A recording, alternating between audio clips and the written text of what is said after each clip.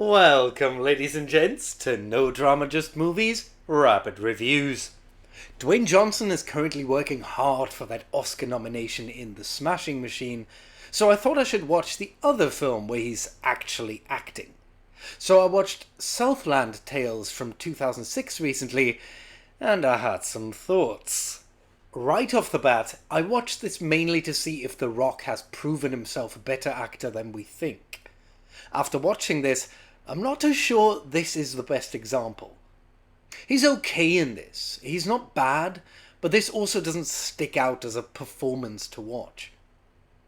I liked the documentary style opening, and some of the acting was okay. That's the last good thing I'll say about this film. I was not a fan of the constant narration. It feels like it's exposition through narration, broken up by scenes of exposition. Why do we need Justin Timberlake telling us that the finger people took a hostage if we then see the hostage? Stuff like the scene with Seann William Scott looking in the mirror and his reflection lagging was intriguing. Damn, another positive thing, but I swear that's it. That was the right kind of, I wonder what's going on here.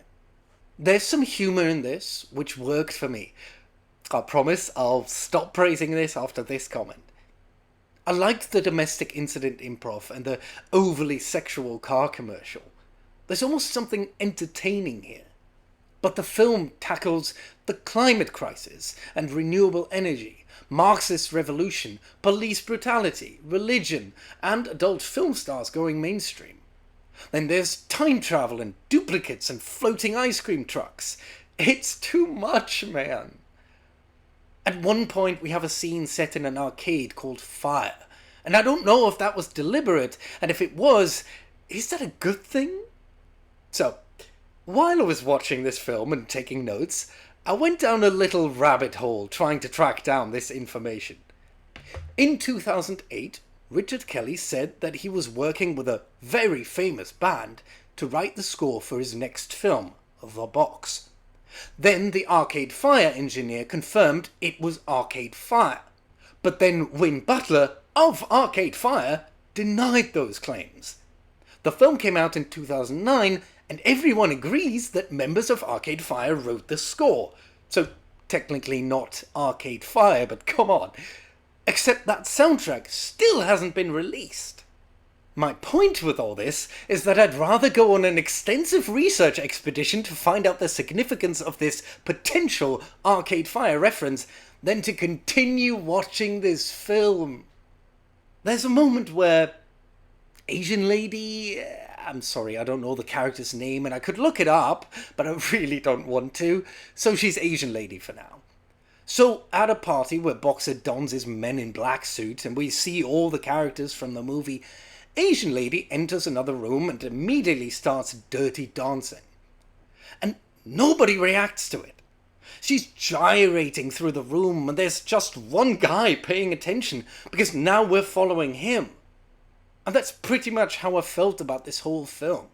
Random stuff happened and I just didn't react to it.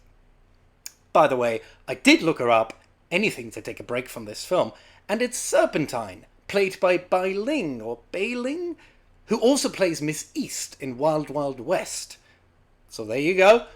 End of rabbit hole. Where was I? Oh, yes. Overall, this was a mess. And this review feels like one of those I watched blank so you don't have to videos.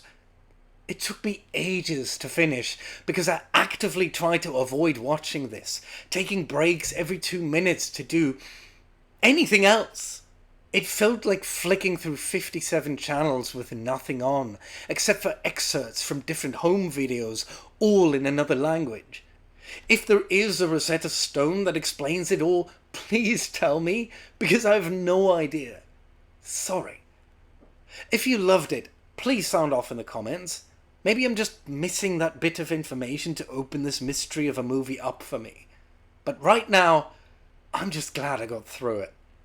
And that's all. Roll credits.